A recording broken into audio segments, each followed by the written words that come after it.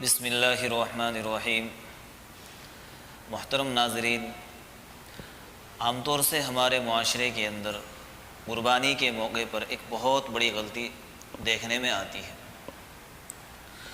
بہت سے لوگ کیا کرتے ہیں، جب وہ قربانی کرتے ہیں تو وہ یہ کہتے ہوئے نظر آتے ہیں کہ اس سال مجھے اپنے نام کی قربانی کرنی ہے، اگلے سال پھر یہ کہتے ہیں کہ اس سال مجھے اپنی بیوی کی طرف سے کرنی ہے، پھر اس سے اگلے سال اپنے بچوں کی طرف سے، پھر اپنے مرحومین کی طرف سے، یا شروع میں اپنے مرحومین کی طرف سے، پھر اپنی طرف سے، پھر اپنی بیوی کی طرف سے، پھر اپنے بچوں کی طرف سے، پھر نبی صلی اللہ علیہ وسلم کی طرف سے۔ یہ ایک بہت بڑی غلطی ہے۔ قربانی اسی شخص کے اوپر واجب ہوتی ہے جو صاحب نصاب ہو، جس کے پاس مال ہو، جس کو اللہ نے مال دیا ہو، جس کے پاس 52.5 تولے چاندی کی قیمت کے برابر مالیت موجود ہو، ایسے شخص پر قربانی واجب ہوتی ہے۔ اور جس شخص کے اوپر قربانی واجب ہوتی ہے اسی کو اپنی طرف سے اپنے نام سے ادا کرنی ضروری ہوتی ہے۔ ایسا نہیں ہو سکتا کہ قربانی تو میرے اوپر واجب ہے اور میں اپنے مرحومین کے نام سے قربانی ادا کروں۔ ایسا نہیں کرنا چاہیے، بلکہ جس کے پاس مال ہے، جس کے اوپر قربانی واجب ہو رہی ہے، اسی کے نام سے قربانی کرنی چاہیے۔ پھر اگر بہت سے لوگ یہ سمجھتے ہیں کہ جیسے میں نے اس سال قربانی کر لی، اب میں ہمیشہ کے لیے آزاد ہو گیا، اب مجھے زندگی میں کبھی قربانی نہیں کرنی۔ وہ یہ سمجھتے ہیں کہ اس سال میں نے اپنی طرف سے کر لی، اگلے سال میں اپنی بیوی کی طرف سے کروں گا، اور پھر اس کے بعد وہ بھی ہمیشہ کے لیے قربانی سے آزاد ہو جائے گی۔ یہ بہت بڑی غلط فہمی ہے۔ انسان کو اس وقت تک قربانی کرنی پڑے گی جب تک اس کے پاس مال ہے، اور ہر سال کرنی پڑے گی۔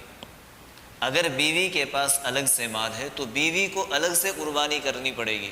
بالغ بچوں کے پاس اگر اتنا بینک بیلنس ہے، اتنا مال ہے، اتنے پیسے ہے، اتنی مالیت ان کے پاس موجود ہے تو ان کو الگ سے کرنی پڑے گی۔ ایسا نہیں ہے کہ والد محترم نے قربانی کر لی اور سب کی طرف سے ادا ہو جائے گی، ایسا بالکل نہیں ہے۔ والد صاحب کو اپنی طرف سے الگ سے کرنی پڑے گی جبکہ ان کے پاس مال ہو، بیوی کو الگ سے کرنی پڑے گی جبکہ بیوی کے پاس الگ سے مال ہو، اور ایسے ہی بچوں کو، بالغ بچوں کو اگر ان کے پاس مال ہے، صاحب نصاب ہے، تو ان کو الگ سے کرنی پڑے گی، اور یہ ہر سال کرنی پڑے گی۔ پھر اس کے بعد جب آدمی اپنے اس وجوب سے فارغ ہو جائے، اس کے بعد انسان کو چاہیے کہ وہ اپنے مرحومین کی طرف سے کرے، یعنی ایک نفلی قربانی کرے۔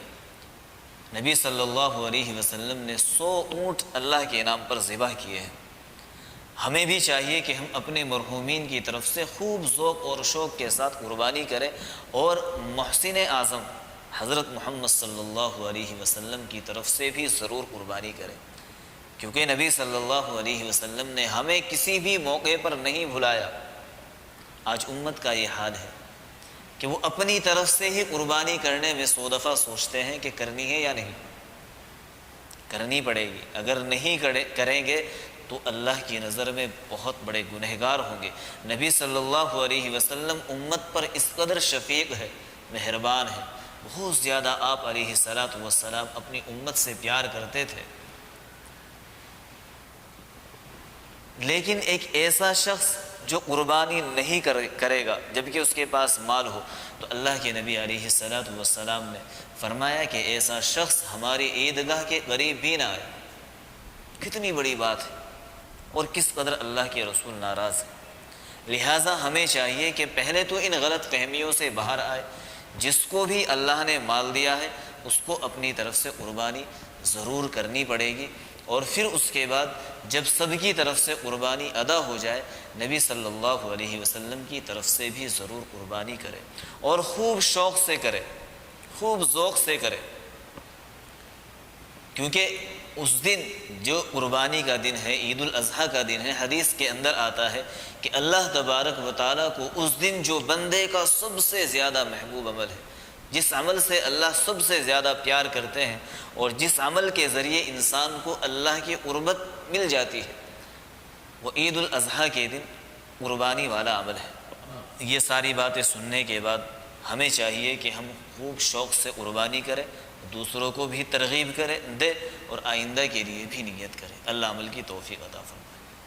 Subscribe Maulana Farman Naseem to get more videos.